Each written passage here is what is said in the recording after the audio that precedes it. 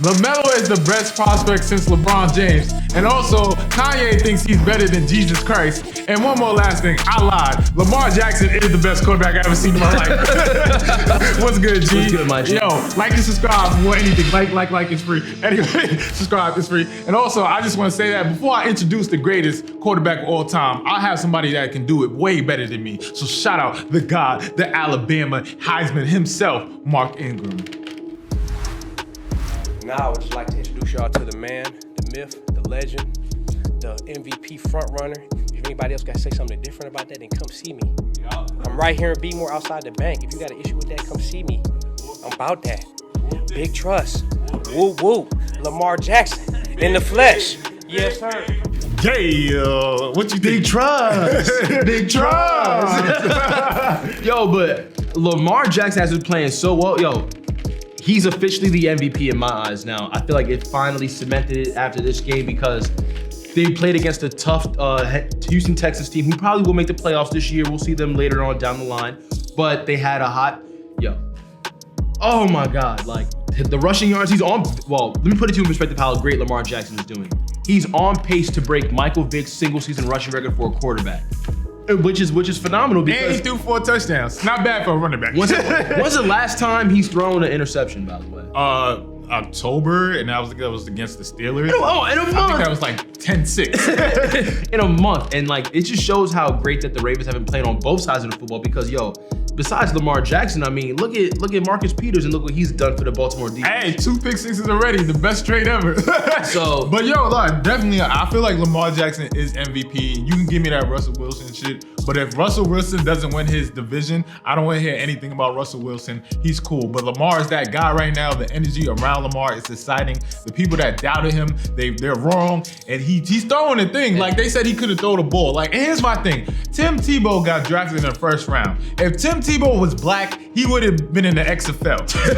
So it's crazy, and he can't even throw in the same lane as Lamar Jackson, which is like crazy and insane. And they gave Tebow so many chances, but that's neither here nor there. Shout out to Lamar Jackson, MVP. Big trust. Big trust.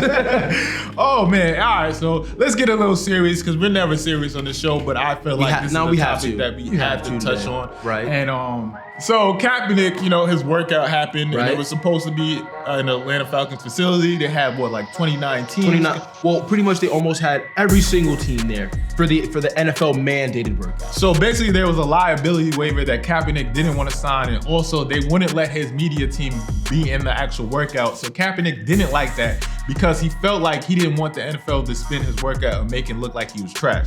So Kaepernick moved the actual workout to another location where 29 teams showed up, were supposed to show up, and then they mixed up the situation because he was supposed to be at Atlanta Falcons facility, and then he moved it because he didn't like the liability waiver. So it kind of got messed up and confused over there. So people were mad about that. But at the end of the day, I feel like the situation is bigger than Cap now. It's bigger than. And it's rolling into Stephen A. Smith and Eric Reed. And obviously Eric Reed is Cap's guy, and Stephen A. Smith has voiced his opinion a lot of Kaepernick, and he kept saying that Kaepernick doesn't want to play. And here's my thing. And my problem I'm tight with Stephen A. is not that I don't think that he was wrong, but my problem with Stephen A. is that he's been saying that Cap didn't want to play football like years ago, 2 years ago, and you can't do that when you're the face of ESPN and you're a black guy because they're gonna listen to you, and that's not true. Cap wanted to play, but here's the problem now, which I kind of realized that Cap doesn't want to play, but he does want to play. And when I say what I mean by that is this: Kaepernick literally wants to play by his terms and his rules. And he realizes that if the NFL doesn't sign him to the way he wants to play, this is going to be a cloud over the NFL's head forever. So I feel like Kaepernick knows that, and the ball's in his court. So he doesn't really care if he plays or not. If he does play, he wants to play it in his way, in his, like, he wants to do it the right way. Because I mean, if we look at Kaepernick's career landscape, I mean, he's been to Super Bowl, he's been to 2 conference championship games, and he's made the Pro Bowl a couple times. So I mean, he knows his worth as an NFL player. Now, in terms of what the NFL wants to do, I just think that is just the backlash that they've received, even from Goodell and Jay-Z, because even his name was involved in it, because I think he has something to do with it in terms of like setting up the workout, not necessarily setting up like the actual workout, but like, you know, like saying, yo, Give him a shot. You know what I'm saying? So long story short, just to end it so we don't go too long on this, like I feel like it was disappointing because we want to see Cap back in the NFL, and like for the situation for them to have an actual workout and it didn't go the way we planned it, it was kind of disappointing from that point. I feel like the Eric Reed and Stephen A. Smith thing is just annoying at this point, and I feel like we're beating a dead horse. And like as black men, like going against each other like that is kind of like because calling Stephen A. a coon and that shit don't get anybody anywhere, and it's just like. It's not good. And the last thing I will say on this, people said that Eric Reed being from the Penn State appreciated Israelites. That's a joke. If you're from New York, you just understand. Anyway, celebration time. Let's get it. Hey, man, my guy. Hey, you're a Dallas fan, right? What? Hell no. I ain't no. Well, your guy Ezekiel Elliott, the guy that ran up for the plug twice, he got the bag and stopped playing. Come on. No, but he played good. He played good this Sunday. He played good this Sunday. He scored a touchdown and he did a little celebration. You feel me? A little Dak. Shout out Dak.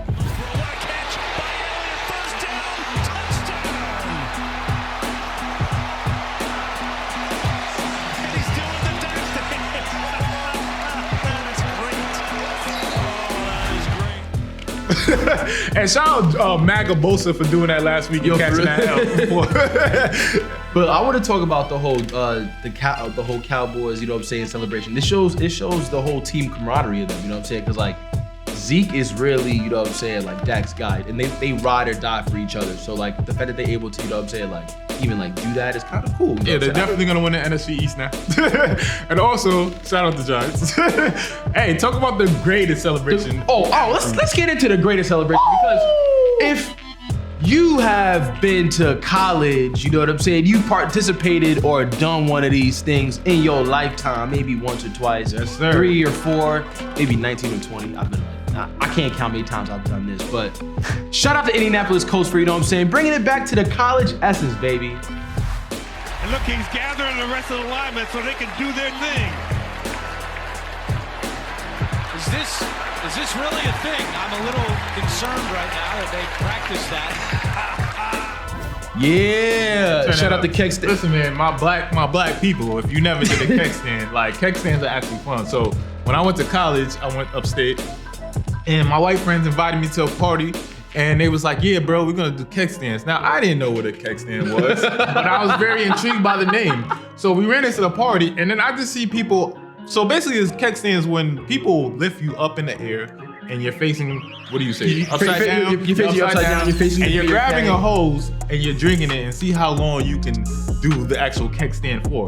It is a great experience. So if you're having experience, you should do that. Shout out to my white friends for bringing me to the party and experience such great memories of my college, baby. Hey, listen, but then I was like, this is kind of nasty because this hose, everybody's touching it. I'm like, ew. That's why maybe that's how Sam Darnold got mono. That's a fact. Maybe. Ooh. Or he was just being a nasty boy, but anyway. It could be both. You nasty could be boy. both. You nasty boy. You nasty. Hey, let's go. Brandon segment. Jesus Christ. This is where we talk about Kanye West and his expedition and his love for the man above, Jesus. And I was canceled. So Kanye was on a famous, you know what I'm saying, pastors, you know what I'm saying, platform, you know, Joel Osteen, you know what I'm saying. He got the you know, the Joel Osteen Arena, you know what I'm saying. He's like the P. Diddy of pastors. Yeah, nah, he ain't the P. Diddy of pastors. Joel Osteen is like, he's a Jerry Jones of pastors. Like pretty much like, all right, like God, money, baby. In that order. Well, it might not be in that order. It might be money first, then God, but anyway. Hey. So Kanye shows up to Joel Osteen's church, and let's hear what he had to say. I know that God's been calling me for a long time, and the devil's been distracting me for a long time.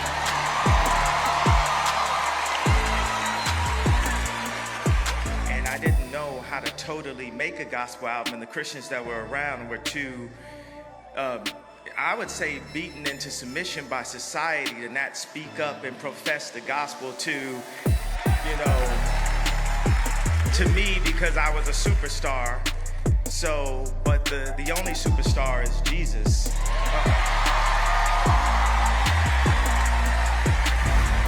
Hey, listen, man. They got all the good producers. They got all the good rappers. They got all the good women.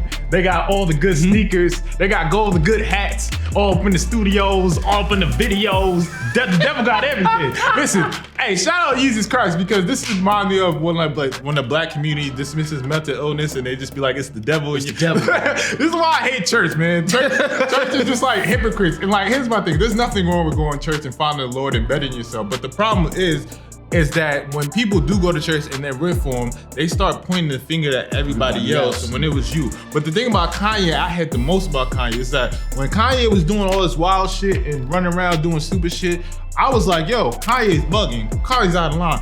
Everybody's like, no, he's a free thinker and he's open-minded and blah, blah, blah. Like, no, bro, there's something wrong with him and you can see that now. Now he's the guy that you love and you liked all the stuff that he's doing. Now he's condemning you in church because he's holier than thou. That's why I don't rock with this new Yeezys, because he's crazy. Jesus is king. Jesus is the one. You better praise God. I'm shoot. That's what God. Can we play that? I hope we can play that. Play a cover that just a little bit. Shut up. Bitch, you better praise God or I'ma shoot and that's on God. I ain't playing by my Lord and Savior, I'm on my job. If you ain't a Christian, I'ma stab you in the face. If it ain't about Jesus, I'ma hit you with this K. Shout out Zach Fox, man. Also, overtime news. So this will be incorporated into mostly all our shows now. We're gonna really incorporate overtime news. We are overtime, so we feel like we should be doing more overtime things. And one of the first stories we want to talk about is our guy Mikey Williams. He had 37 points on his high school team. Right, 14-year-old phenom. He's the best 15, right? 15. I'm sorry, the best 15-year-old, best freshman in the country. The best thing about him is like, everybody's like, and he's only 15. Bro, and the crazy thing is about like, yo, he's 15, he's going crazy. And like, my thing is like, yo, he got YouTube. So YouTube and the internet. Social media, right. Like, they give you tutorials on how to do things. Listen, if I had the internet when I was, YouTube when I was 5, I would be an astronaut right now. No, but the fact that he's able to like do this at such a young age is really showing on what he could potentially be in the future, because you know what I'm saying? I think by the time he's a senior, I think the NBA will, will get rid of the one and done rule. So we might see Mikey Williams might be, a true high school to pros player. So I'm excited for that. So like a few years ago, I think when he was 13, he's class of 2023. He was the #1 prospect. And also on top of that, he got offers already from Arizona State, and San Diego. Right. And USC as well. And he just received an offer from Arkansas. So he's already on top. But like, I never understood that, because like colleges can offer you, but they can't talk to you. They can't talk to you. This don't make no sense. They just offer. They just send you a nice little booklet of like, hey, come to the school, maybe. Hey, they'll be like, yo, when it's that time. we gonna come. But it's just, but I'm more excited for Mikey Williams and what he's gonna do for the next upcoming high school season. And yo, ball out, my G. Let's get it. Yeah. Feel me? Speaking of guy who's balling out, big baller down under. This is where we talk about LaMelo Ball's journey from Australia to the NBA. Big B's. And he had a game against former #1 overall pick and former NBA champion Andrew Bogut, and he put up 16, 8, and 8. Oh, your head, Bogut.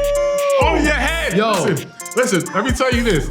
Before the season started, college season started, they was like, well, LaMelo's, he's balling right now, but the college season didn't start. We didn't know, blah, blah, blah. We got to see Cole Anthony. We got to see Wiseman. We've seen enough. This is still the #1 pick also, and I just want to say that LaMelo is actually balling, and he put it on somebody that was on one of the greatest teams ever in NBA history. Right, former #1 overall pick, by the way, because let's be real, Andrew Bogut is and was no slouch. Yeah, now he was a very good player, and a lot of people feel like if he wasn't hurt that finals, they would have won the finals. Right, yes. But I want to talk about like LaMelo's poise at playing point guard, because the fact that he's able to, get his teammates involved, and that's what scouts were really looking at, because they knew he could score. They knew he's able to put the ball in the basket, but his rebounding, his defense, and the fact that he's able to make his teammates better is like, he'll work on that. That's team oriented. But the fact that he's able to get his team involved at this point, they don't play defense. It's very telling. It's very they telling. They don't play defense. But now I think like he's well polished. I feel like a lot of times when like Lonzo, when he came out, it was like his shooting. Right. But like he has the same things kind of as Lonzo, only like the defense. It's the opposite. It's the opposite. But like right now, you need scoring, and like he's a point guard, and he can shoot and he can pass, and that's the two most things important you need, right? And so he's the far And, ahead. the rebounding is always an added plus. I mean, he's 6'8", so people forget that about his Bro, he's able to bang in there with so the that's board, like along the lines of like Ben Simmons. And right. He's like his. I mean, he's not Lonzo in terms of like the defense. You know what I'm saying? Because Lonzo's like, I feel like Lonzo sees the game differently. Yeah. He kind of sees it like a Jason. Like when you look at Lonzo, you got to look at him like a Jason Kidd type player. You know what I'm saying? Like the overall aspect of the game. Like we're meaning like he's not going to score 20, but like all right, he's going to give you solid defense numbers. He's going to put some steals, some rebounds, some assists. But LaMelo's the total opposite of that. You know what I'm saying? He's the scoring with a little bit of sprinkle of some of that. So it's a pleasure to see. And also, I feel like I'll leave you with this.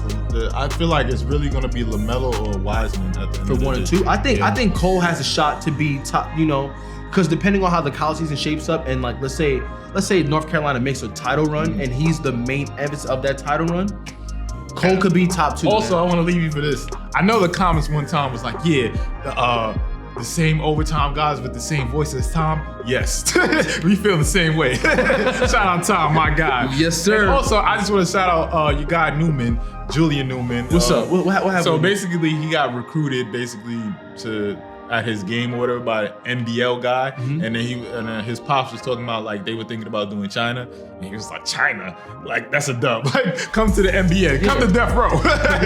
Yo, bro, Wiseman might go there, maybe, I don't know. You got RJ Hampton doing his thing there as well, and you got LaMelo, so it's like Newman. Yo, Australia's a great time. Yeah, I mean, they got deadly animals and stuff, but deadly spiders and things. shout out Steve Irwin. Hey, don't tell me to rap. I rap when I want to rap. Look at you.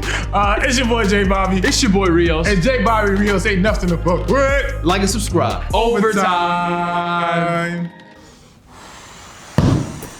Hey, that's that great content right there. That's that great action right there. That's J Bobby and Rios right there. So what you gotta do? Hey, for more videos and more content, yo, check this out, man. Like and subscribe.